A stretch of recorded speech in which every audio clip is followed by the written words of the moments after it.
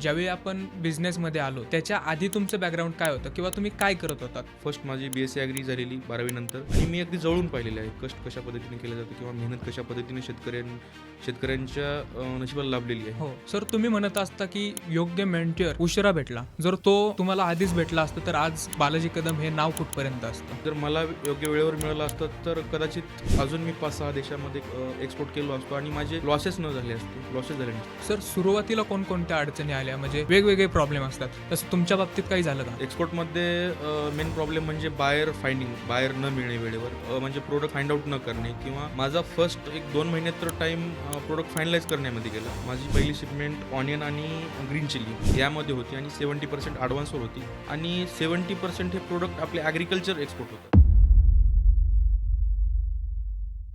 अ, sir प्रथमतः तुमचं विचारसत्ता पॉडकास्टमध्ये सहर्ष असं स्वागत. सर आपण ज्यावेळी बिझनेसमध्ये आलोत, त्याच्या आधी तुमचं बॅकग्राऊंड काय होतं किंवा तुम्ही काय करत होतात? सर्वप्रथम विचारसत्ता पॉडकास्टचे आभार, ज्यांनी मला इन्व्हाइट केलं. माझं फॅमिली बॅकग्राऊंड पाहिलं तर मी एक महाराष्ट्रातील शेतकरी कुटुंबात जन्माला आलेलो आणि शेतकरी कुटुंबात जन्माला आलेलं असल्यामुळे मला कष्ट, मेहनत आणि अ, जे शेती निगडीत आपले शेती निगडीत व्यवसाय असतात त्याची हो, जाणीव पुरेपूर आहे आणि मी अगदी जवळून पाहिलेलं आहे कष्ट कशा पद्धतीने केलं जातं किंवा मेहनत कशा पद्धतीने शेतकऱ्यांच्या नशिबाला लाभलेली आहे. हो. त्या पद्धतीने मग मी नंतर ॲग्रिकल्चरमध्ये वाटचाल चालू केली.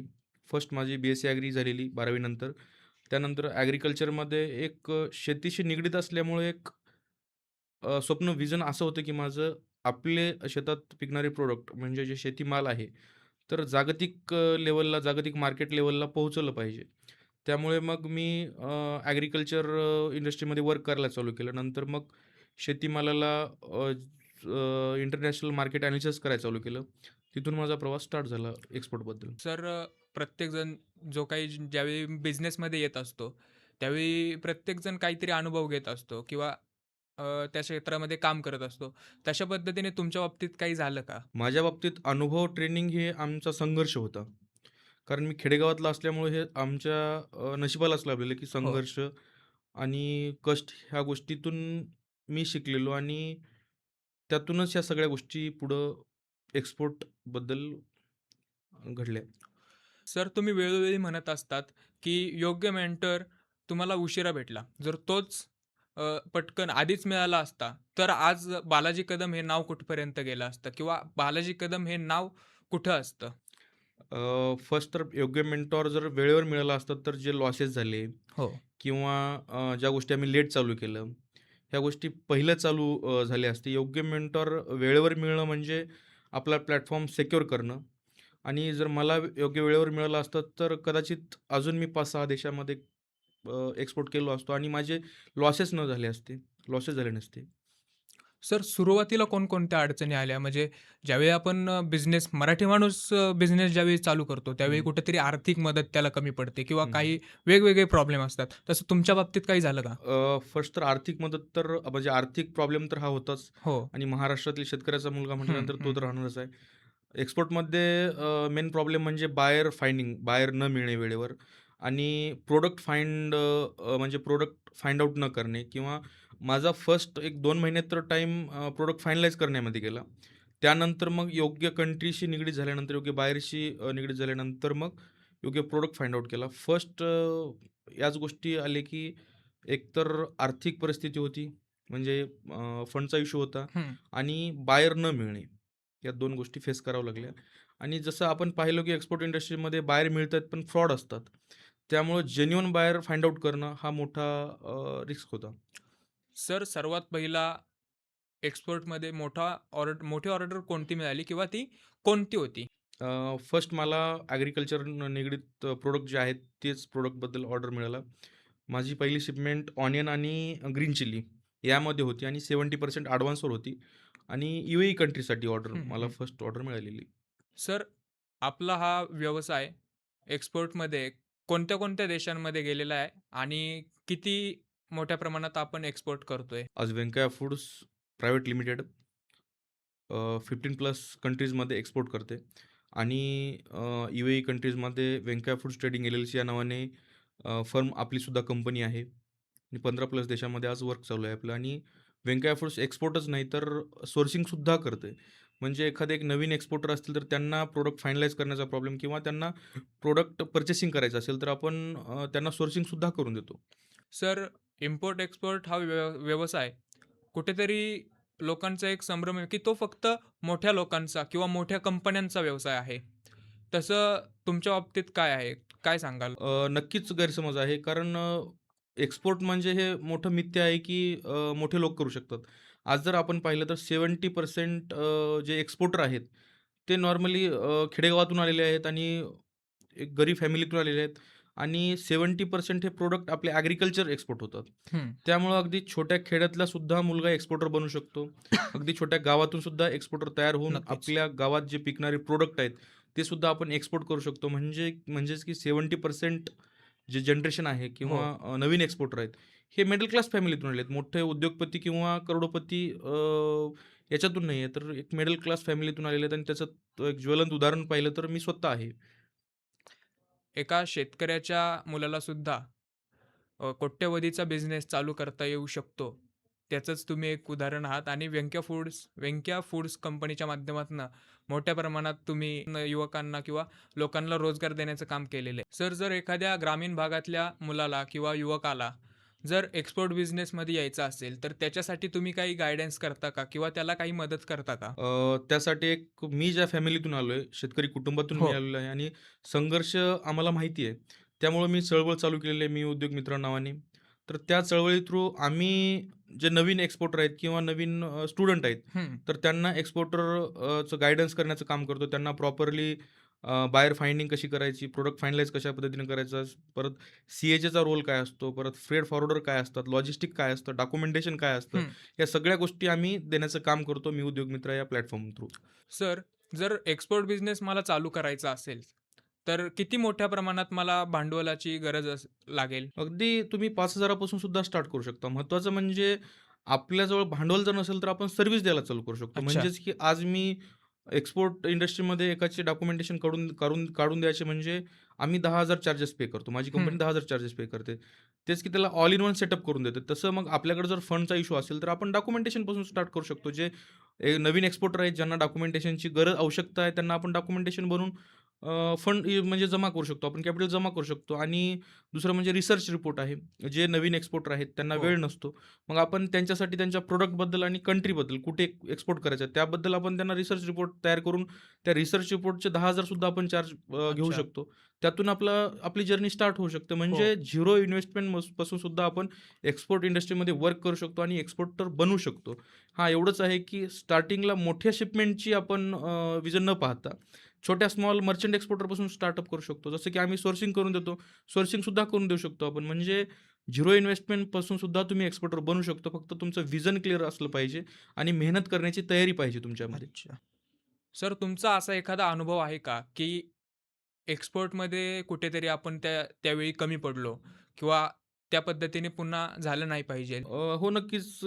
जर आपण पाहिलं महाराष्ट्र किंवा भारत देशामध्ये महाराष्ट्र जे आपलं राज्य आहे आणि वर्ल्ड वाईज जर आपण पाहिलं तर महाराष्ट्राच्या फूड प्रोसेसिंगला किंवा फूडला किंवा ॲग्रीकल्चर प्रॉडक्टला परत होम डेकोर प्रॉडक्ट आहेत किंवा हँडीक्राफ्ट प्रॉडक्ट आहेत. हं. भरपूर डिमांड आहे.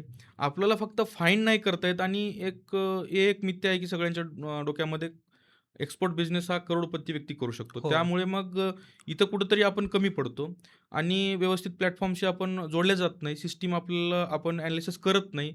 त्यामुळे आपण मागे पडतो आणि महत्त्वाचं सांगायचं म्हणजे महाराष्ट्रातील प्रत्येक घरातील मुलगा एक्सपोर्टर बनू शकतो. शेतकऱ्याचा मुलगा एक्सपोर्टर बनू शकतो. एक्सपोर्ट म्हणजे असं मोठं रॉकेट सायन्स नाही आहे. एवढंच आहे की जसं पुण्यामध्ये पाहिलं आपण तर गुलटेकडी मार्केट यार्ड आहे. त्या ठिकाणी फूड आणि ॲग्रीकल्चर प्रॉडक्ट सेल होतात होलसेलमध्ये.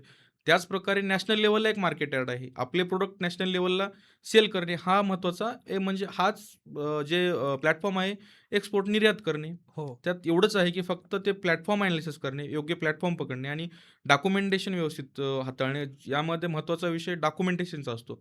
डॉक्युमेंटेशन व्यवस्थित समजून घेणे, सिस्टम व्यवस्थित समजून घेणे.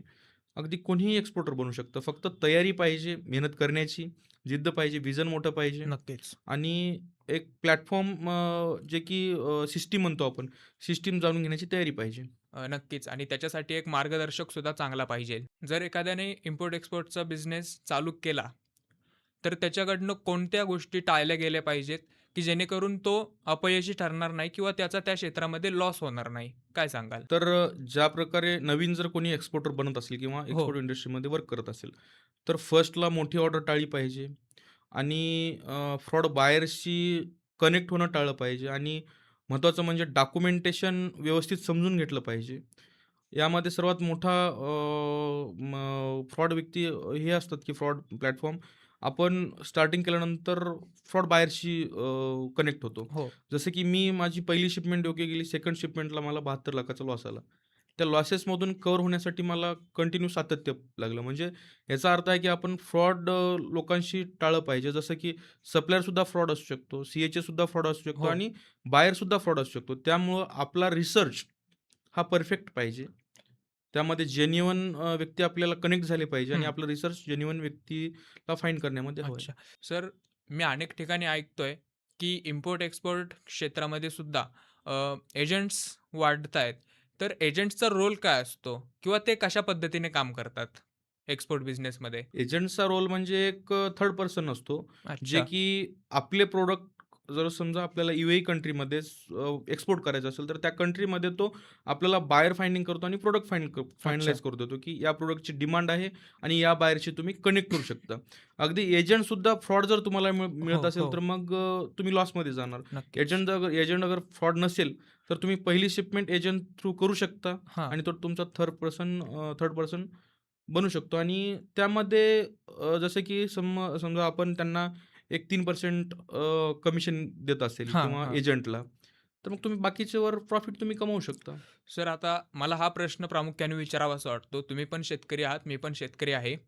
ज्यावेळी एखादा शेतकरी एखादं पीक घेतो, त्यावेळी त्याला कुठेतरी वेगवेगळ्या नुकसानाला सामोरं जावं लागतं. ज्यावेळी त्याचं नुकसान होतं आणि ज्यावेळी त्याचा फायदा होतो, तेव्हा ते पीक आपल्या माध्यमातनं किंवा आपल्या कंपनीच्या माध्यमातनं वेगवेगळ्या देशांमध्ये आपण एक्सपोर्ट करू शकतो का? हो, नक्कीच करू शकतो. यामध्ये मोठा विषय असा आहे, की ज्या प्रकारे आपण शेतामध्ये माल पिकवतो, हं. तर ते माल आपण मार्केटमध्ये आणतो. त्या ठिकाणी एजंट्स असतात आणि ते माल सेल करतात कमिशन बेसवर, ठीक आहे. हो. त्यामध्ये सर्वात मोठा लॉस हे आपल्यालाच घ्यावा लागतो. कारण आपले प्रॉडक्ट क्वालिटीचे असतात आणि त्या ठिकाणी कोणी गुजराती किंवा मारवाडी लोकं येऊन त्या प्रॉडक्टला फायनलाईज करून किंवा पर्चेसिंग करून ते एक्सपोर्ट करतात. फक्त आपण यामुळे मागं पडलेलो आहे, की आपल्याला पुढं मार्केट माहिती नाही हां. आणि आपण भीतो, की आपल्यासोबत फ्रॉड होईल. याची नक्कीच. याची भीती असते आणि महाराष्ट्रामधील नवीन जे एक्सपोर्टर आहेत किंवा स्टुडंट आहेत, हे या गोष्टीमुळे एक्सपोर्ट इंडस्ट्रीमध्ये येत नाहीत. ठीक आहे. यामध्ये गुजराती, मारवाडी आज जर आपण पाहिलं गुजरातमध्ये किंवा गुजराती लोकं जर पाहिलं आपण तर एक घर सोडून दुसऱ्या घरी एक्सपोर्टर आहे. हो. त्याचं रिझन तेच आहे, की फक्त आपली करण्याची तयारी पाहिजे, मार्केट रिसर्च करण्याची तयारी पाहिजे. आज जर आपण पाहिलं, की जेन म्हणजे एआय जनरेशन जे आलेलं हां. आहे. आपण मोबाईलवर अगदी डिजिटल स्वरूपामध्ये बाजारपेठ कुठलीही पाहू शकतो.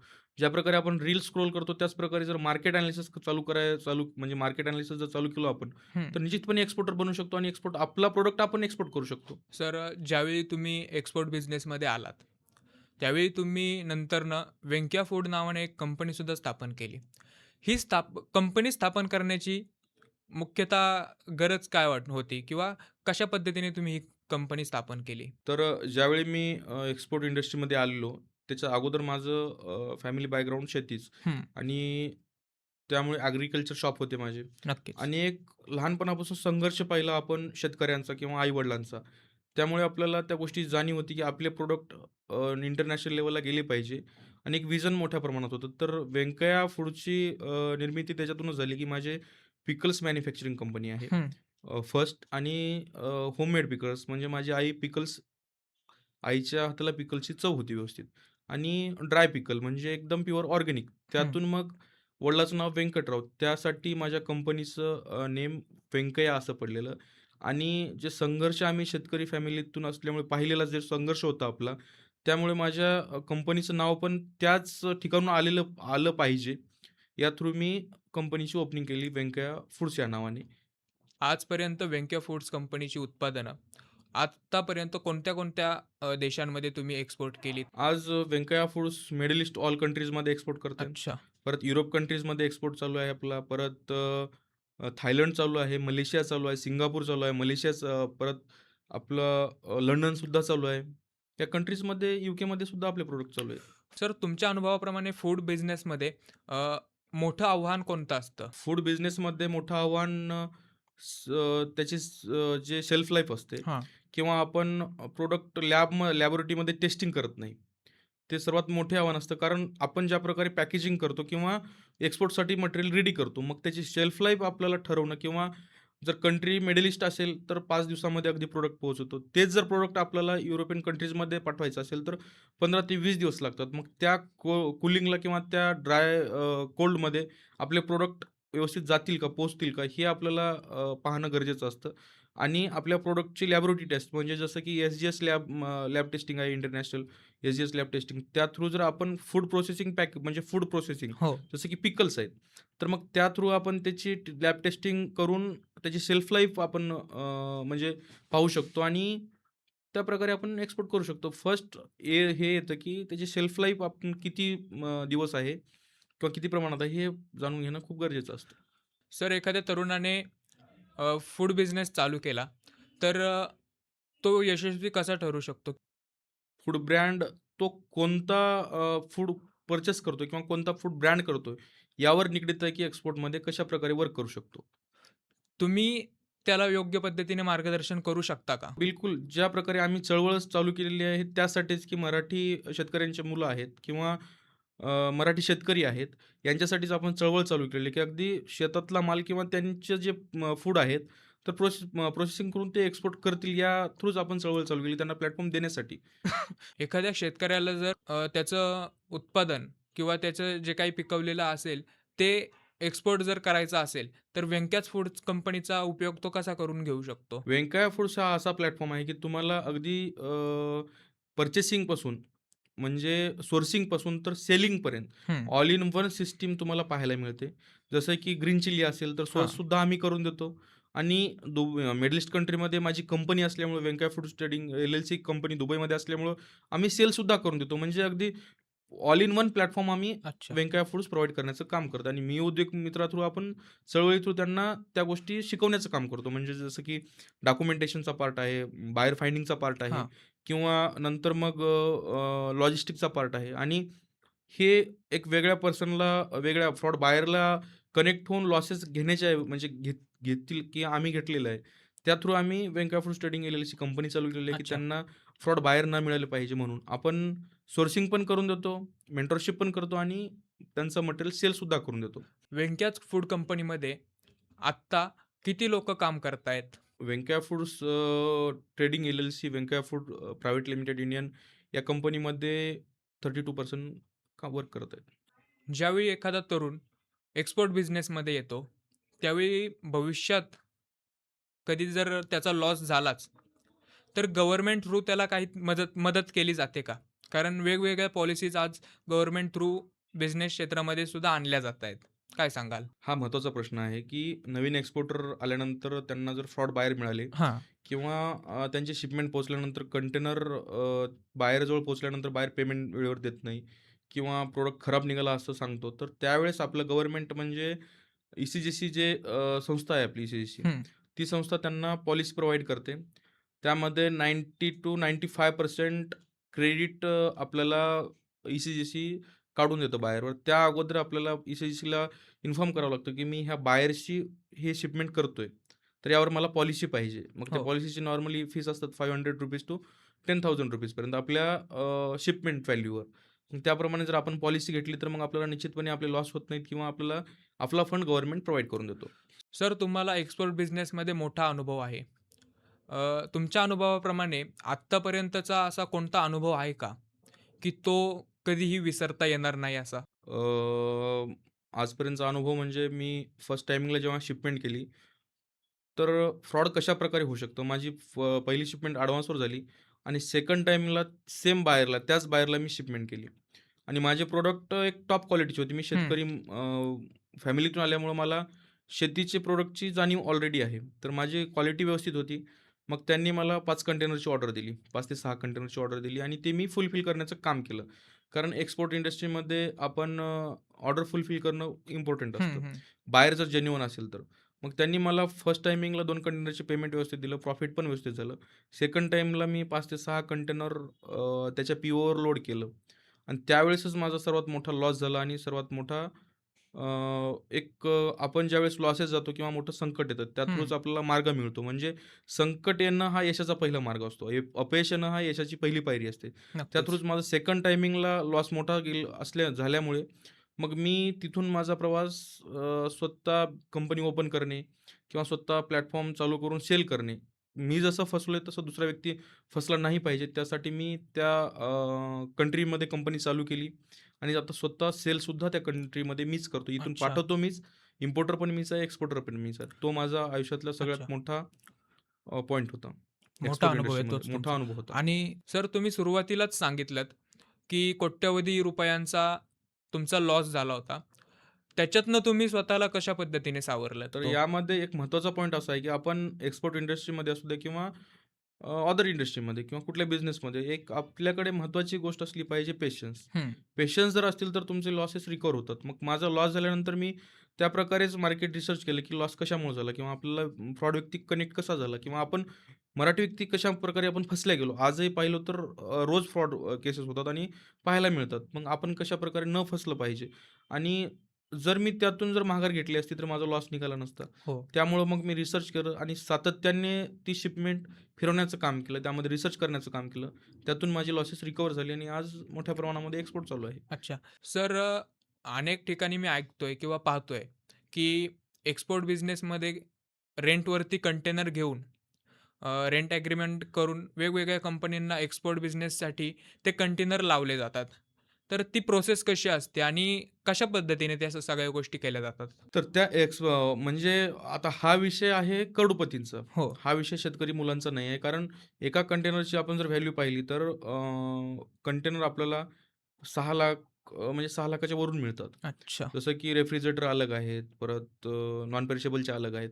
त्यामुळं आणि शिपिंग लाईनला जेव्हा कंटेनर आपण ॲग्रीमेंट करून लावतो, तर त्या टायमिंगला आपल्याला 100 प्लस कंटेनर पाहिजेत. हं. जर 100 प्लस कंटेनरचं बॅलन्स आपल्याकडे असेल, तर आपण तो व्यवसाय करू शकतो आणि कंटेनरच्या अंदाजे म्हणजे माझ्या माहितीनुसार पर शिपमेंटला आपल्याला 15K म्हणजे ₹50,000 मिळतात. तर त्यामध्ये जर आपण रिलायबल असेल तर केलं पाहिजे. पण 100 प्लस कंटेनर आपण जर पर्चेस करून शिपिंग लाईनला देऊ शकत असेल तर तो बिझनेस आहे. एखादे 1-2 कंटेनरचा हा विषय नाही आहे. एखादे 1-2 कंटेनर आपण शिपिंग लाईनला लावू शकत नाही किंवा देऊ शकत नाही म्हणजे ते ॲग्रीमेंटवर. एका मोठ्या कंपन्याचाच मोठ्या विषय आहे. कंपन्याचा विषय असतो अ, आणि यामध्ये सुद्धा फ्रॉड मोठ्या प्रमाणात आहे, की तुम्हाला फ्रॉड कंपन्या एक कंपनी ऑनलाईन दाखवून सुद्धा हं. तुमच्याकडे पेमेंट म्हणजे वसूलण्याचं काम करतात. तुम्हाला फ्रॉडमध्ये टाकण्याचं सुद्धा काम करतात, की काम आम्ही तुम्हाला करतात. कंटेनर देऊ किंवा हा व्यवसाय होऊ शकतो किंवा तुम्हाला प्रॉफिट मिळेल. यामध्ये सुद्धा फ्रॉड होऊ शकतं. त्यासाठी सांभाळून केलं पाहिजे. ते एखादा युवक नोकरी करायला जातो, त्यावेळी त्याला कुठेतरी 20,000 ते 25,000 रुपयांची नोकरी मिळते. आणि ज्यावेळी तो औद्योगिक क्षेत्रात येतो, तेव्हा कुठेतरी त्याला मोठा फायदा होत असतो. त्याच वेळी आपल्या एक्सपोर्ट बिझनेसच्या माध्यमातून तो कशा पद्धतीने बिझनेस करू शकतो?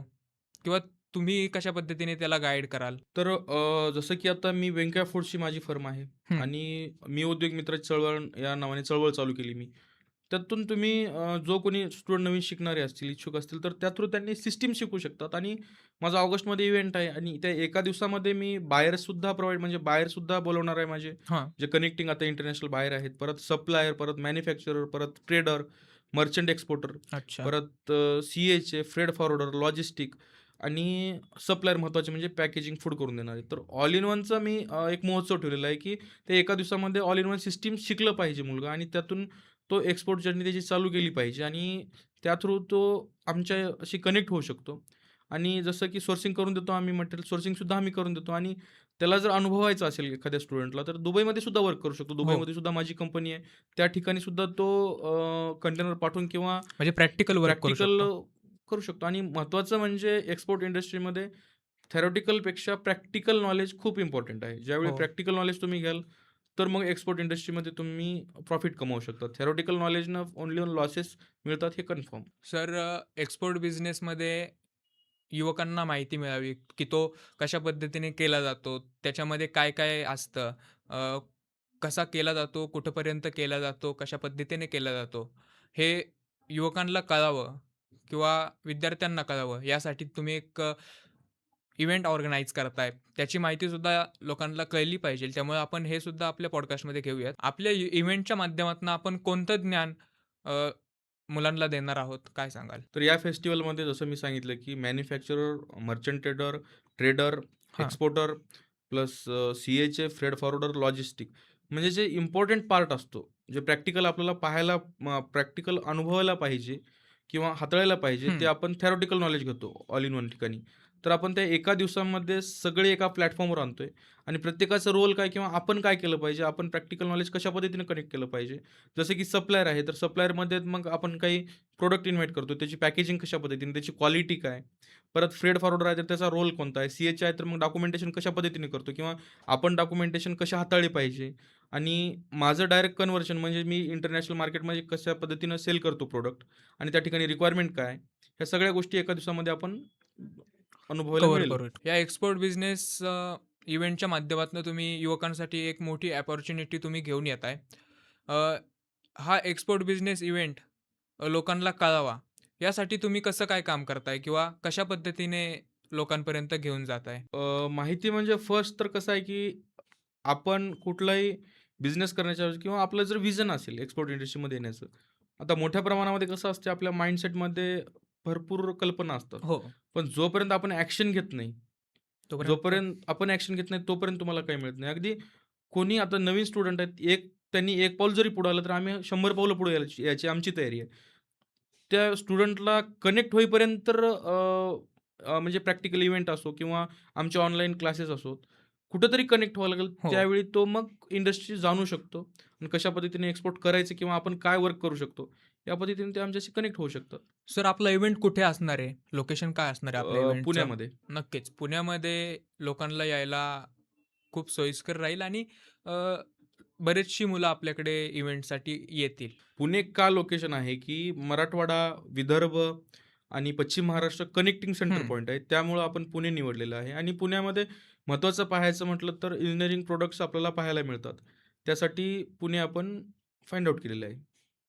आपल्या या इव्हेंटमधनं एखादा विद्यार्थी बाहेर पडला, तर तो कुठल्या पद्धतीचं ज्ञान बाहेर घेऊन जाईल? या महोत्सवात येण्याच्या अगोदर तो काय असेल नाही माहिती मला.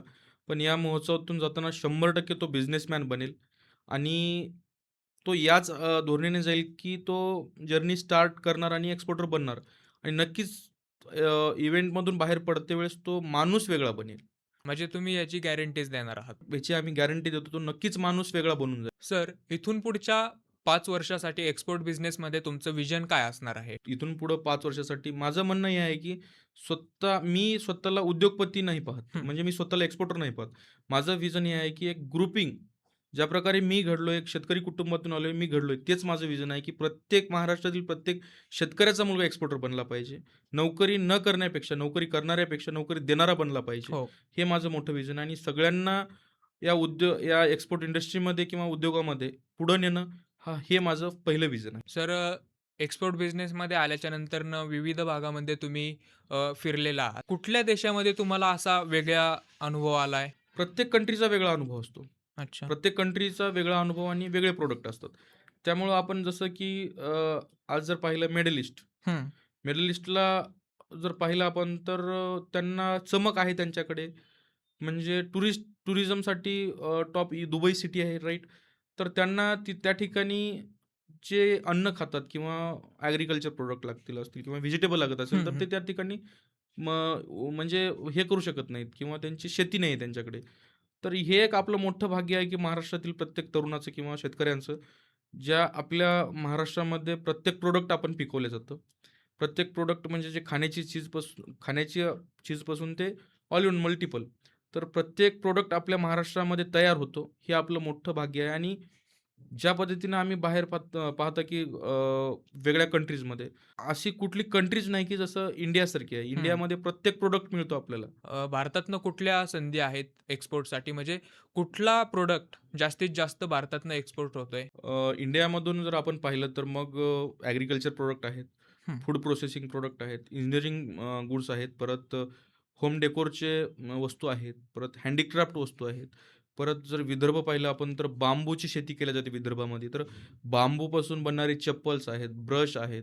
अगदी आपण जर कालचंच उदाहरण घेतलं आपण, तर कोल्हापुरी चप्पल जी अ, आपण राडाच्या फॅशन शोमध्ये पाहिली. हां, मग त्या अगोदर यांना नॉलेज होतं का, की एक्सपोर्ट होऊ शकते? नव्हतंच. कोण म्हणजे सगळेच एक इग्नोर केले होते त्या चप्पलला, की चप्पल कशी एक्सपोर्ट होऊ शकते? तर आपण पाहिलं काही दिवसाखाली न्यूजवर पाहिलं किंवा राडाच्या फॅशन शोमध्ये त्या चप्पलची किंमत अगदी 1.5 लाखापर्यंत गेलेली होती. म्हणजे इंडियामध्ये एवढे असे प्रॉडक्ट आहेत, की वर्ल्ड वाईज खूप डिमांड आहे. फक्त व्यक्ती रिसर्च करत नाहीत किंवा त्या प्लॅटफॉर्मपर्यंत पोहोचू शकत नाहीत. रिसर्च करणं आत्ता या कंडिशनला खूप या गरजेचं आहे. कंडिशनला रिसर्च करणं खूप गरजेचं आहे आणि इंडियामध्ये, वर्ल्डमध्ये, अख्ख्या जगामध्ये इंडियातून 70% प्रॉडक्ट एक्सपोर्ट होतात. अच्छा. फक्त तिथपर्यंत आपण पोहोचलं पाहिजे आणि रिसर्च केला पाहिजे. आपण त्या प्लॅटफॉर्म्सचं एनालिसिस केलं पाहिजे. सर आमच्या टीमने तुमच्या बाबतीत जी काही माहिती घेतली, त्याच्यामध्ये असंही आहे की तुम्हाला जेल लाईफसुद्धा अनुभवावी लागलेली आहे. त्याच्या बाबतीत तुम्ही काय सांगाल? हां, तर त्या लाईफमध्ये कसं असतं, की एक मराठी तरुण बिझनेसमध्ये येणार म्हटल्यानंतर आपलेच पाय खेचतात. हो, हे कन्फर्म आहे. नक्कीच. मग माझं विजन पहिल्यापासून माझं विजन हे होतं, की ज्या पद्धतीनं आपण आपल्या आई-वडिलांचे कष्ट पाहिले, मेहनत पाहिली, तर मग त्या पद्धतीनं फक्त माइंडसेट एकच होतं, की आपण बिझनेस करायचा. हं. नोकरी करायची नाही, तर नोकरी देणारे बनायचे. मग त्या पद्धतीने मी ॲग्रीकल्चरचं एज्युकेशन कंप्लीट झाल्यानंतर बिझनेस स्टार्ट केला. बिझनेस स्टार्ट केल्यानंतर मग काही गोष्टी अशा घडल्या, की मला जेलला जावं लागलं. म्हणजे फ्रॉड केसेस झाले. मग त्या थ्रू असं ठरवलं, की जेलमध्ये आपण बाहेर गेल्यानंतर ज्या पद्धतीनं आपल्यावर आपला अनुभव आला किंवा आपल्यावर वेळ आली, मग ती वेळ बदलली पाहिजे. प्रत्येक जे गरिबीतून येतात शेतकरी किंवा कष्टातून ज्यांचा परिवार असतो, मग त्यांची लाईफ चेंज झाली पाहिजे. म्हणून मी एक्सपोर्टचा इंडस्ट्री चालू केली किंवा ॲनालिसिस करायला चालू केलं आणि तेव्हापासून आज 500 प्लस स्टुडंटला मी एक्सपोर्टर बनवलंय. त्यांचे कंटिन्यू शिपमेंट स्टार्ट आहेत. सर्वांना सांगितलं जातं की ज्यावेळी तुम्ही रिस्क घेणार, त्यावेळीच कुठेतरी तुम्ही यशस्वी ठराल. तसंच तुमच्या बाबतीत सुद्धा घडलेलं आहे. म्हणजे कसं काय? का अनुभवावं लागलं तुम्हाला त्या सगळ्या गोष्टी? वेळोवेळी आपल्या जवळचेच असतात आपले पाय खेचणारे किंवा आपल्या घरातले, आजूबाजूचेच असतात किंवा मित्र असतात किंवा कोणी. तसं तुमच्या बाबतीत काय होतं? माझ्या बाबतीत मित्रच होते आणि माझा बिझनेस जो होता पहिलेचा किंवा आता पण चालू आहे, हं. तो बिझनेस आता पॉडकास्ट पाहतील त्यांना माहिती आहे, की मी माझ्याबद्दल काय घडलेलं आणि ज्यावेळेस माझा बिझनेस होता त्यावेळेस सुद्धा मी टॉप होतो बिझनेसमध्ये. अगदी माझा छोटा बिझनेस मी 70,000 पासून स्टार्ट केलेला होता आणि तो बिझनेस एक 2-3 सीआर पर्यंत पर इयरली टर्नओव्हर गेलेलं होतं. एक खेडेगावात, छोट्याशा खेडेगावामध्ये. मग त्यामध्ये विरोधक असतातच नक्कीच. आणि जवळचाच मित्र विरोधक निघाला. काही फ्रॉड प्रकरणामध्ये त्यांनी त्या गोष्टी माझ्यावर आरोप केला. मग त्यावेळेस मला त्या गोष्टी अनुभवायला मिळाल्या आणि त्यातून असं म्हणतात, की प्रत्येक संकट एक यशाचा मार्ग दाखवतं किंवा संकट आल्यानंतर मार्ग निघतोच. त्या पद्धतीने मला ते जर संकट आलं नसतं, तर मग मी इंटरनॅशनल बिझनेस करू शकलो नसतो. ते तर आहेच. तुम्हाला त्याच्यातनं एक वेगळी शिकवण भेटली. त्या लोकांना तुम्हाला काय सांगावसं वाटेल, की ज्यांनी तुम्हाला यशस्वी होत असताना तुमचे पाय ओढले किंवा तुमचे पाय ओढण्याचं काम केलं? आमच्या पॉडकास्टच्या माध्यमातून त्यांना काय सांगाल? माझं माइंडसेट हे आहे, की त्यांना काही सांगण्याच्या ऐवजी आपण आपल्या बिझनेसवर फोकस केलं पाहिजे. ज्यावेळी आपण ग्रोथिंगवर असू किंवा आपलं व्हिजन टॉप असेल, तर आपण पुढचा व्यक्ती आपल्यासोबत कसा वागला यापेक्षा त्या व्यक्तीला निग्लेक्ट करणं आणि सोडून देणं हा मोठा बिझनेसबद्दल आणि माणसाबद्दल सुद्धा मोठा हा विषय असतो. कारण ना त्याच्यासोबत कॉन्टॅक्ट किंवा त्याला न बोलणं आणि त्याचा द्वेष पण मनामध्ये नको आहे. त्यावेळीच आपण नक्कीच. एक मोठं व्हिजन एक्सेप्ट करू शकतो किंवा मोठं व्हिजन आपण पार करू शकतो. ज्यावेळी पुढच्या माणसाबद्दल आपल्या मनामध्ये काहीच नाही, द्वेषसुद्धा नाही किंवा प्रेमसुद्धा नाही, त्यावेळीच आपण मोठं व्हिजन एक्सेप्ट करू शकतो. आत्तापर्यंत बरेचसे प्रॉडक्ट तुम्ही एक्सपोर्ट केलेत. त्याच्यामध्ये जास्तीत जास्त प्रॉडक्ट आपल्याकडनं कुठलं एक्सपोर्ट झालंय? अ, त्यामध्ये आता मी ॲग्रीकल्चरचा असल्यामुळे मला ॲग्रीकल्चर इंडस्ट्री आवडते आणि प्रॉडक्ट अच्छा. आवडतात. त्यामध्ये मी जास्त प्रमाणामध्ये ग्रीन चिली आणि पिकल्स जे की आमचे ब्रँडिंग आहे पिकल्सची, पिकल्स मोठ्या प्रमाणात एक्सपोर्ट केले. तुम्ही जसं सांगितलंत, की पिकल्सची आयडिया तुम्हाला आईमुळे भेटली. अ, आईला आज काय सांगाल? किंवा आईबद्दल काय बोलाल आज? एकतर तुम्ही नाव काढलं अंगावर काटा आला. फर्स्ट सांगायचं म्हणजे की जेल लाईफ नंतर मी काढल्यानंतर एक माझा आधार होता ती आई. अच्छा. मग एक्सपोर्ट इंडस्ट्रीमध्ये आपल्याला जायचं तर आपल्याकडे प्रॉडक्ट नाही आहे हां. किंवा फंड नाही आहे, तर आपण काय केलं पाहिजे? मग आईने जे मार्ग दाखवला, तिच्याच हातचे पिकल्स होते. एक वेळेस जेवण करते वेळेस असं आठवलं, की आपण ते प्रॉडक्ट सेल करू शकतो का? मग त्यातून रिसर्च चालू केला आणि पाहिलं इंटरनॅशनल मार्केटला त्याची खूप मोठी रिक्वायरमेंट आहे. मग तेव्हापासून माझी इंडस्ट्री चालू झाली आणि त्यांचा कायम आशीर्वाद पाठीशी होता. सर, तुम्ही वेगवेगळ्या लोकांना भेटलात. वेगवेगळ्या लोकांचे तुम्हाला अनुभव आलेले आहेत. विविध भागांमध्ये तुम्ही फिरलेला आहात. आपल्या लोकांसाठी, आपल्या तरुणांसाठी, आपल्या विद्यार्थ्यांसाठी तुम्ही काय सांगाल किंवा तुम्ही काय सल्ला द्याल? सल्ला माझा हेच आहे, की तुम्ही बिझनेसमध्ये येते वेळेस किंवा रोजगार सोडून जर नोकरी सोडून जर बिझनेसमध्ये येत असाल, तर प्रत्येक सिच्युएशनला तुमच्यामध्ये सातत्य पाहिजे, नक्कीच. पेशन्स पाहिजेत आणि कष्ट करण्याची, मेहनत करण्याची जिद्द पाहिजे.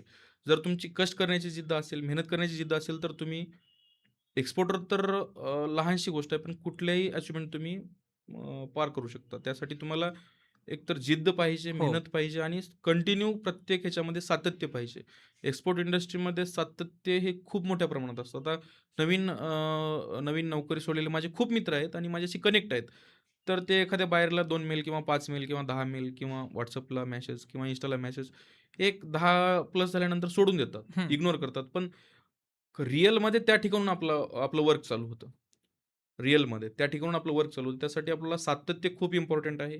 प्रत्येक इंडस्ट्रीमध्ये काहीही असो आणि एक्सपोर्टमध्ये तर पाहिजेच आणि मेहनत नक्कीच. करण्याची तयारी पाहिजे. यश 100% आपल्याकडे येणारच. महत्त्वाचं कसं असतं, की आपण एका दिवसामध्ये करोडपती बनायला बघतो आणि एक दिवस मेहनत करतो फक्त. हो. हे एक वेगळा पार्ट आहे, की बरेच दिवस आपण कष्ट केल्यानंतर तो एक दिवस निश्चितपणे येतो आपल्याला. तो दिवस इतिहास घडून जातो. त्यासाठी सातत्य खूप इम्पोर्टंट आहे. नक्कीच. सर, तुम्ही एक्सपोर्ट बिझनेसच का निवडलात? किंवा वेगवेगळे बिझनेस ऑप्शन्स असताना एक्सपोर्ट बिझनेसमध्येच का आलात? आणि तुम्ही ॲग्रीकल्चरचं शिक्षणसुद्धा घेतलेलं आहे. त्याच्यामध्ये तुम्हाला बी-एससी ॲग्रीचा फायदा कसा झाला? बिझनेसचं आता मी एकतर शेतकरी कुटुंबातून, हं, त्यामुळे माझ्या आजूबाजूला प्रॉडक्ट ॲग्रीकल्चर आणि नक्कीच. बिझनेस ॲग्रीकल्चरमध्ये आणि सर्व्हिस पण ॲग्रीकल्चरमध्ये. म्हणजे असं नाही की आमच्या कोणी इंजिनिअर होता किंवा कोणी आय-टीमध्ये असा हं, भागच नव्हता आणि कोणी मोठा बिझनेसमॅन तो पण विषय नव्हता. गोल जे आम्ही पाहत होतो ते शेतीविषयी, शेती निगडीत प्रॉडक्ट. अच्छा. मग त्यामध्ये एकतर जसं की 12वी झाल्यानंतर बी-एससी ॲग्री, त्यानंतर मग नॉर्मली पेस्टिसाइड कंपनीमध्ये जॉब करणे हां, किंवा मग तोच बिझनेस सेटअप करणे. मग त्यामध्ये प्रॅक्टिकल नॉलेज घेतल्यानंतर आणि माझं फर्स्टपासून विजन होतं की एक नोकरी करण्यापेक्षा नोकरी देणारे बनणे. त्याच्या अगोदर मी आर्मीची तयारी करत होतो हं, आणि त्यामध्ये पाससुद्धा झालेलो. पण माझं स्वप्न वेगळं होतं आणि घरच्यांच्या म्हणण्यानुसार मी आर्मीकडे फोकस केलं होतं.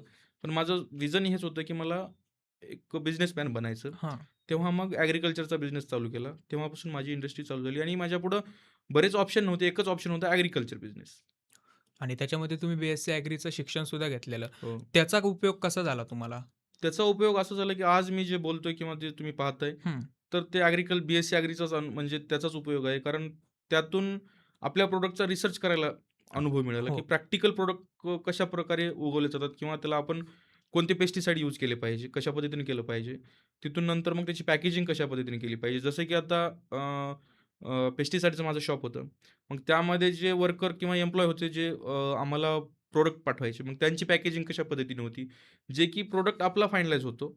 तेच प्रॉडक्ट तीच कंपनी पर्चेस करते आणि त्यालाच रिन्यू पॅकिंग करून आपल्याला सेलसाठी देते. म्हणजे अच्छा. बियाण्या थ्रू. मग त्याची जी प्रोसेस होती, ती मी पाहिली पुरेपूर. मग त्या पद्धतीने मी एक्सपोर्ट इंडस्ट्रीमध्ये आलो किंवा एक्सपोर्टर बनलो. लोकांना शासनाच्या माध्यमातून वेगवेगळ्या अपेक्षा असतात.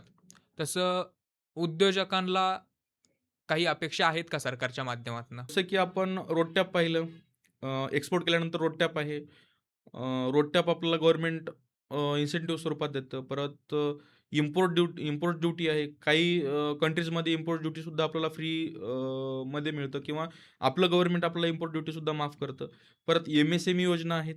ज्या स्वरूपामध्ये जसं की आपण एक्सपोर्ट इंडस्ट्रीमध्ये आल्यानंतर एक हं.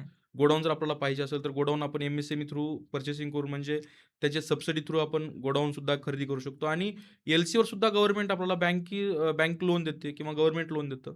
बऱ्याच प्रमाणात गव्हर्नमेंट आपल्याला सपोर्ट करतं. जसं की ई-सी-जी-सी आहे. सपोर्टेबलच आहे ना. हो. ई-सी-जी-सी आपल्याला बँक थ्रू लोनसुद्धा प्रोव्हाईड करतं. या प्रकारे मध्ये जसं की आपली एम-एस-एम-ई आहे, परत एफ-टी-ए आहे. या स्वरूपामध्ये आहेत. म्हणजे शासन सुद्धा उद्योजकांना मदत करतंय. पण उद्योजक घडणं अवघड झालंय. म्हणजे उद्योजक घडणं अवघड नाही आहे, की मार्केटच त्या पद्धतीने आहे, की जे नवीन एक्सपोर्टर आहेत, ते फ्रॉड व्यक्तीशी कनेक्ट होतात हो. किंवा फ्रॉड बायरशी कनेक्ट होतात आणि लॉसेस घेतात.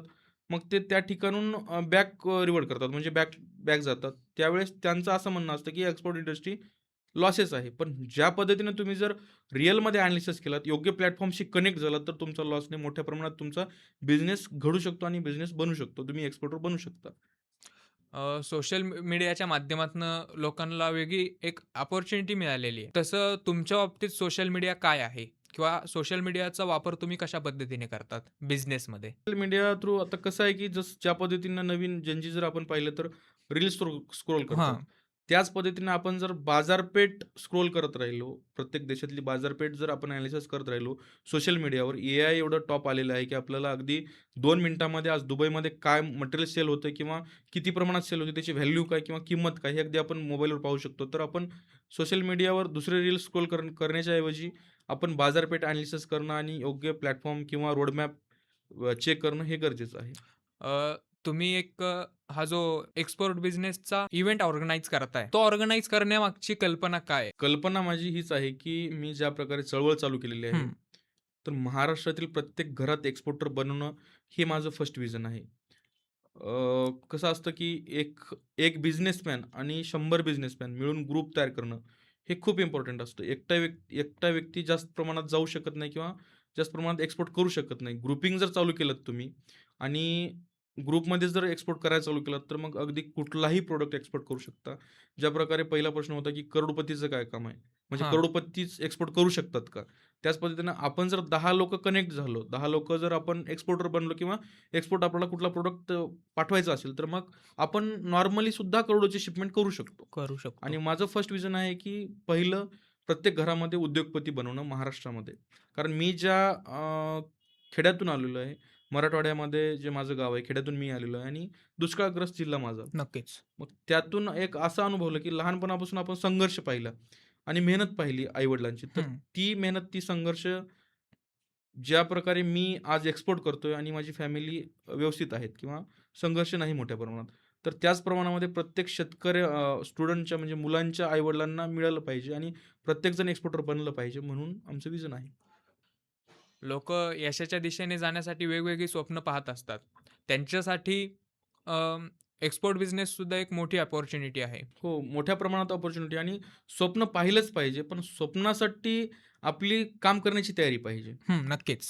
काम करण्याची तयारी पाहिजे, सातत्य ठेवण्याची तयारी पाहिजे, मेहनत करण्याची तयारी पाहिजे. तर आपण स्वप्न पाहिलं पाहिजे. म्हणजे महाराष्ट्रामध्ये असेही बिझनेसेस आहेत किंवा असेही व्यवसाय आहेत की महाराष्ट्रातल्या तरुणांना ते व्यवसाय करायची लाज वाटते. पण अशीही लोकं आहेत की त्या पद्धतीचे व्यवसाय करून अ, उंच झेप घेतलेली आहे किंवा त्या क्षेत्रात मोठ्या प्रमाणात त्यांना यश मिळालेलं आहे. अशा लोकांसाठी काय सांगाल? अगदी आपण जर पाहिलं, आत्ता जर पाहिलं BVGचे चेअरमन हनुमंतराव गायकवाड सर. अच्छा. त्यांचं जर उदाहरण पाहिलं तुम्ही, तर ते फर्स्टला हाउसकीपिंगचं काम करायचे. हाउसकीपिंगचं काम म्हणजे तुम्हाला माहिती असेल, हो, साफ करणे, हो. बाथरूमसुद्धा साफ करणे. तर तेव्हापासून ते म्हणजे त्या कामापासून स्टार्ट केलं त्यांनी. आज BVG जर पाहिलं तुम्ही, तर मोठा ब्रँड आहे आज आणि मल्टिपल बिझनेसमध्ये वर्क करतायत ते. कुठलाही बिझनेस छोटा नसतो. त्यासाठी आपण ज्या पद्धतीनं नवीन जनरेशन असेल, त्यांना त्या गोष्टी म्हणजे बिझनेस करण्याची लाज वाटत असेल, तर त्यांना एकच सांगणं आहे, की तुम्ही हनुमंतराव गायकवाड सरांची स्पीच जरी ऐकलात, तरी समजेल, की आपण बिझनेस कशा पद्धतीने करू शकतो. त्यांनी हाउसकीपिंगपासून स्टार्ट केला. आज मोठ्या प्रमाणात ब्रँड आहे आणि एकदम छोट्याशा शेतकरी फॅमिलीतून ते आलेले. आज मल्टिपल बिझनेसमध्ये ते वर्क करतायत. अगदी मल्टिपल म्हणण्यापेक्षा अमेरिकेचे 18 एअरलाईन्स, एअरपोर्ट त्यांच्या अंडरमध्ये आहेत हाउसकीपिंगला. अच्छा. म्हणजे इथपर्यंत त्याचा बिझनेस पोहोचला. म्हणजे कुठलाही बिझनेस लहान राहत नाही. जसं आपण व्यंक्याच फूड कंपनी बाबतीत बोललो, की कंपनीमध्ये किती जण काम करतात. तसं तुम्ही फक्त कंपनीपुरते मर्यादित नाही आहात. तुमची एक वेगळी टीम आहे, त्याच्यामध्ये सुद्धा मोठ्या प्रमाणात लोकं काम करतायत. काय सांगाल? माझ्यासोबत एम्प्लॉयी म्हणण्यापेक्षा पार्टनर 15 प्लस आहेत. अच्छा. पार्टनर 15 प्लस आहेत. जसं की माझी दुबईमध्ये कंपनी आहे bank of food trading LLC. त्या ठिकाणून महाराष्ट्रामधून जिथं जे प्रॉडक्ट तिथे रिक्वायर आहे, हं. ते स्वतः लोड करतायत. स्वतः प्रॉफिटमध्ये आहेत, प्रॉफिट कमवतायत. मोठ्या प्रमाणामध्ये आमचं वर्क चालू आहे आणि 15 प्लस पार्टनर आहेत. म्हणजे इम्पोर्ट एक्सपोर्टमध्ये सुद्धा पार्टनर असतात हो, असतात. असतात. हो, हो. Partner me as a employee म्हणून नाही तर पार्टनर म्हणून मी कनेक्ट करतो प्रत्येकांना, की तो स्वतः व्यावसायिक बनला पाहिजे, स्वतः हो. मालक असला पाहिजे. हे माझं विजन आहे म्हणजे आणि तुमचं ध्येयच प्रामाणिक आहे. प्रामाणिक आहे. प्रत्येकाला उद्योगपती बनवणं, हो. प्रत्येकाला मालक बनवणं हेच माझं ध्येय आहे आणि एक्सपोर्टमध्येच नाही तर इम्पोर्टसुद्धा आपण मोठ्या प्रमाणात करू शकतो. एक्सपोर्ट बिझनेसमध्ये आर्टिफिशियल इंटेलिजन्सचा उपयोग होतोय का? किंवा तो जर होत असेल तर तो कसा केला जातो? जर आपण पाहिलं तर ज्या प्रकारे एआय टूल्स आलेले आहेत. हं, एआय टूल्स खूप मोठ्या प्रमाणामध्ये आपल्याला हेल्पफुल आहेत. जसे की आपण ChatGPTला अगदी एक्सपोर्ट इंडस्ट्रीमध्ये वर्क काय करायचं किंवा आपण काय करू शकतो, आपल्याकडे प्रोडक्ट काय किंवा आपण एज्युकेशन किती झालेलं आहे आपलं किंवा कुठून लोकेटेड आहेत आपण. हे सगळी इन्फॉर्मेशन दिल्यानंतर ऑल इन वन आपल्याला डिस्क्रिप्शन देतात. म्हणजे आपण काय वर्क करतो ऑल इन वन. हं. तर त्याचा अर्थ असा आहे की जे एआय टूल्स आलेले आहेत किंवा एआय जनरेशन जे आहे, तर मोठ्या प्रमाणामध्ये आपल्याला मदत आहे आणि कुठलंही मार्केट अगदी 0 सेकंदामध्ये आपल्याला पाहायला मिळतं.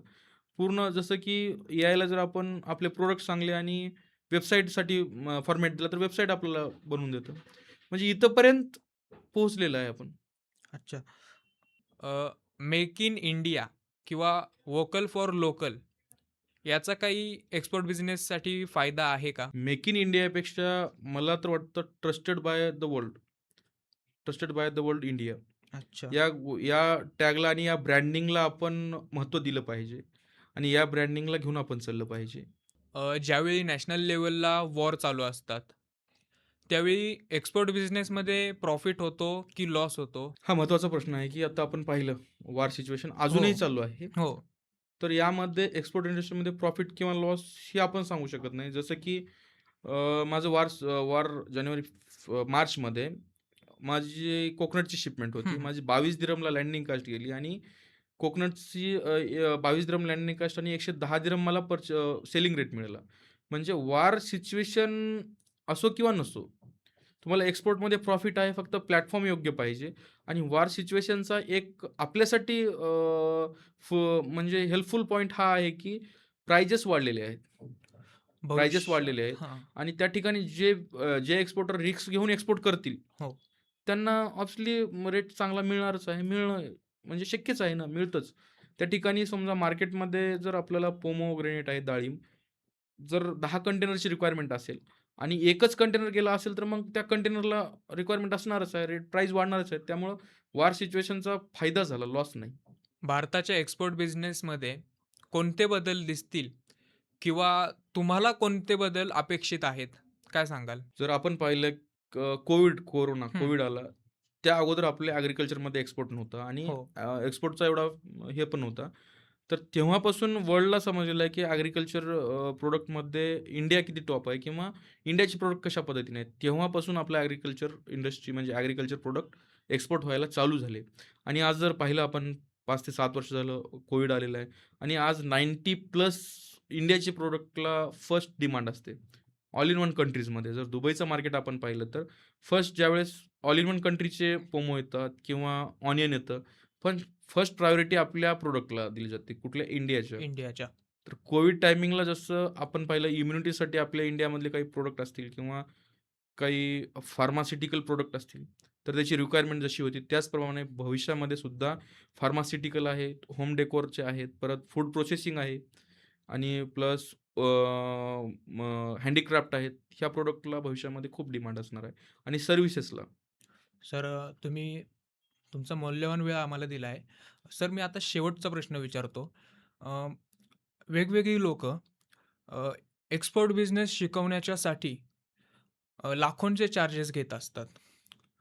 तुमचं ध्येय जे आहे ते लोकांनी उद्योगिक क्षेत्रात यावं असं आहे हं, आणि तुम्ही आत्ता एक इव्हेंट ऑर्गनाइज करताय. हं. त्याच्यासाठी फीस काय असणार आहे?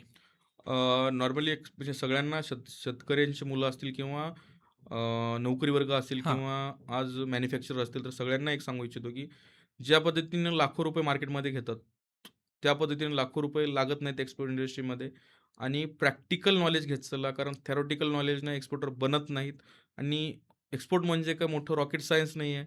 फक्त बाजारपेठ चेंज आहे. आपल्याला प्लॅटफॉर्म आपल्याला ॲनालिसिस करता आला पाहिजे, डॉक्युमेंटेशन ॲनालिसिस करता आली पाहिजे. त्यासाठी लाखो रुपयाच्या बळी न पडता आपण स्वतः रिसर्च करणं खूप इम्पॉर्टंट आहे. आणि तुम्ही जरी लाखो रुपये फीस पेड केली किंवा मला जरी 4,000 माझी 3,999 फीस आहे. 4,000 जरी दिलं तरी तुम्हाला शेवटी रिसर्च करणं आहे. तर अपेक्षित तुम्ही जिथून कन्सल्टंट घेता किंवा जिथून तुम्ही नॉलेज घेता, तर त्या ठिकाणून प्रॅक्टिकल नॉलेज मिळतं का थेरॉटिकल नॉलेज मिळतं, हे खूप इम्पॉर्टंट आहे. जर मी ₹1,00,000 फीस घेऊन जर मी कन्सल्टंट देत असेल किंवा सर्व्हिस देत असेल, हो. यामध्ये सुद्धा निश्चित पेमेंट आहे किंवा पैसा आहे. पण त्यामध्ये मग मी स्वतः एक्सपोर्ट करत असेल ना मग. जर मी स्वतः एक्सपोर्ट करत असेल, प्रॅक्टिकल नॉलेज जर मी माझ्याकडे असेल किंवा माझे एक्सपोर्ट कंटिन्यू प्रॉडक्ट होत असतील, तर मी ₹1,00,000 फीस घेणार नाही. कारण मी नक्कीच. त्या ठिकाणी शेड्यूल बिझी असतं माझं. त्यामुळं तुम्ही जिथं नॉलेज घेता, ज्या ठिकाणी कन्सल्टंट घेतात, त्या ठिकाणी जे तुम्हाला कन्सल्टंट देतात किंवा ज्यांच्या थ्रू तुम्ही मेंटरशिप घेतलेली आहे, तर त्यांचे प्रॉडक्ट एक्सपोर्ट होतात का? ते स्वतः एक्सपोर्टर आहेत का? हे पहिलं कन्फर्म करणं खूप इम्पॉर्टंट आहे. नंतर मग तुम्ही रजिस्ट्रेशन करून क्लास जॉइन करणं. आणि जिथं घेता तुम्ही त्यांना स्वतः प्रॅक्टिकल नॉलेज आहे का? या गोष्टीसुद्धा चेक करणं खूप इम्पॉर्टंट आहे. त्याला नक्कीच. पाहूनच आपण 3,999 एक नॉर्मली फीस, जेणेकरून त्या हॉलचा खर्च आणि जे आपण एक्सपोर्टर इन्व्हाईट केलेले आहेत किंवा फ्रेट फॉरवर्डर आहेत, चे आहेत, मॅन्युफॅक्चरर आहेत, हं. ट्रेडर आहेत, सप्लायर आहेत. यांना जेवढा ट्रॅव्हलिंगचा खर्च लागतो तेवढंच आपण फीस त्या ठिकाणी ठेवलेली आहे आणि प्रॅक्टिकल नॉलेजसाठी म्हणजे थेरॉटिकलपेक्षा प्रॅक्टिकल नॉलेज फार महत्त्वाचं आहे खूप आणि इम्पॉर्टंट आहे. एवढे मोठे लाखो रुपये फीस घेऊन सुद्धा ते प्रॅक्टिकल नॉलेज वेगवेगळ्या ठिकाणी दिलं जात नाही आणि ते काम तुम्ही करताय. जे जर पॉडकास्ट पाहत असतील तर ज्यांनी ₹1,00,000 देऊन जर कुठं कन्सल्टन्सी घेतली असेल, तर त्यांनी कमेंट करून सांगावं, की त्यांना कोणतं नॉलेज मिळालं. प्रॅक्टिकल नक्कीच. नॉलेज मिळालं का थेरॉटिकल नॉलेज मिळालं. कन्फर्म आहे थेरॉटिकल, कारण प्रॅक्टिकल नॉलेज घेणारा व्यक्ती फीस घेत नाहीये. प्रॅक्टिकल ग्राउंडवर नेऊन त्यांना प्रॅक्टिकल नॉलेज देण्याचं काम करतो. नक्कीच आणि या इव्हेंटमध्ये तर तुम्हाला कुठला प्रॉफिट पण नाहीये. हो ना. हा पण ते महत्त्वाचा मुद्दा आहे. म्हणजे माझं विजन हेच आहे, की एखाद्याच्या म्हणजे शब्दावर किंवा या मार्केटिंगवर बळी न पडता आपण प्रॅक्टिकल नॉलेज घेतलं पाहिजे, स्वतः रिसर्च केला पाहिजे आणि एक्सपोर्ट केलं पाहिजे आणि प्रत्येकजण एक्सपोर्टर बनलं पाहिजे. भविष्याची ती फ्युचरची रिक्वायरमेंट आहे आणि फ्युचरचा अ, बालाजी कदम सर, तुम्ही खरं तर आपल्याला पॉडकास्टसाठी वेळ दिलात त्याबद्दल खरंच पूर्ण आपल्या विचारसत्ता पॉडकास्टच्या टीमच्या वतीने तुमचं मनापासून आभार आणि तुमचं ध्येय अतिशय निर्मळ आहे. तुमचं सगळं काही अतिशय चांगल्या पद्धतीने चालू आहे. त्यासाठी तुम्हाला भविष्यात शुभेच्छा. खरंच तुम्ही इथं आलात. तुमचं मनापासून धन्यवाद. Thank you.